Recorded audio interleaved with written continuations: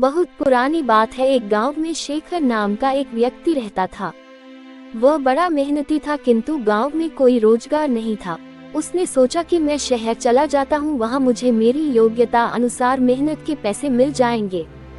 ये सोचकर शेखर एक दिन अपने गांव से शहर की ओर चल दिया। शहर बहुत दूर था। चलते चलते शेखर थक चुका था।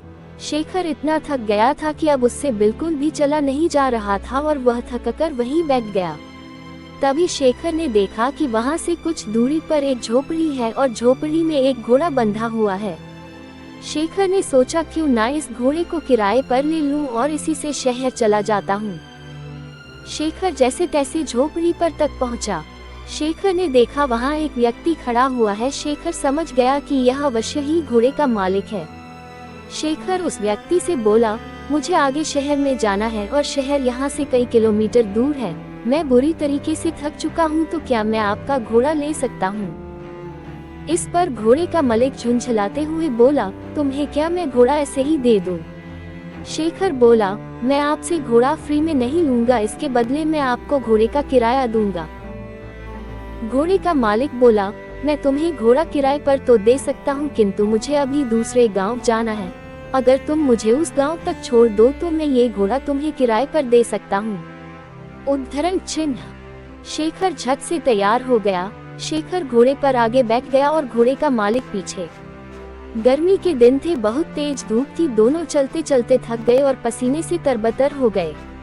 शेखर बोला, बहुत तेज गर्मी है और थकान भी बहुत हो रही है, कहीं थोड़ी देर आराम कर लिया जाए। दोनों ने इधर उधर देखा, किंतु कहीं भी कोई पेड़ नहीं दिखा। तभी शेखर घोड़े से उतरा और घोड़े की ही छांव में बैठ गया। शेखर थोड़ी देर ही घोड़े की छांव में आराम कर पाया था कि यह सब देखकर घोड़े का मालिक बुरी तरीके से जल गया। घोड़े का मालिक बोला, मैंने तुम्हें घोड़ा किराए पर दिया है, उसकी छाया किराए पर नहीं दी। तुम हटो यहाँ से, इस छाया पर मेरा अधिकार है और मैं यहाँ आराम करूँगा। ये सुनकर शेखर बोला, महानुभाव, आप ये कैसी बात कर रहे हैं? मैंने अगर घोड़ा किराए पर लिया है तो उसकी छाया पर भी मेरा ही अधिकार है। अगर आप चाहें तो आप ही इस छाया में मेरे साथ बैठकर आराम कर सकते हैं। लेकिन घोड़े का मालिक बड़ा जिद्दी था। वह बोला, नहीं नहीं, इस छाया पर सिर्फ और सिर्फ मेरा अधिकार है और मैं ही इसकी छांव में बैठूंगा। तुम हटो यहाँ से। इतनी छोटी सी बात पर दोनों में जोर जोर से बहस होने लगी और बात तू मैं से हाथापाई पर आ गई। दोनों एक दूसरे से झगड़ने लगे और एक दूसरे पर लात घुसे बरसाने लगे। सुनसान जंगल में उनके बीच बचाव करने वाला भी कोई नहीं था।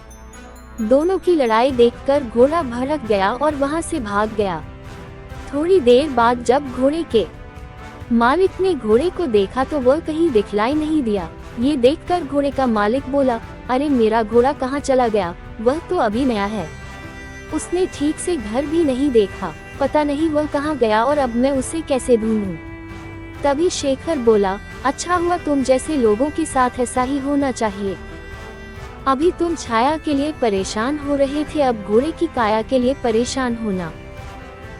घोड़े के मालिक को अपनी गलती का एहसास हुआ और अपना माथा पीट कर हाय तौबा करते हुए बैठ गया और बोला, मेरे थोड़े से लालच से मेरा कितना बड़ा नुकसान हो गया, मुझे अपनी करनी का फल मिल गया।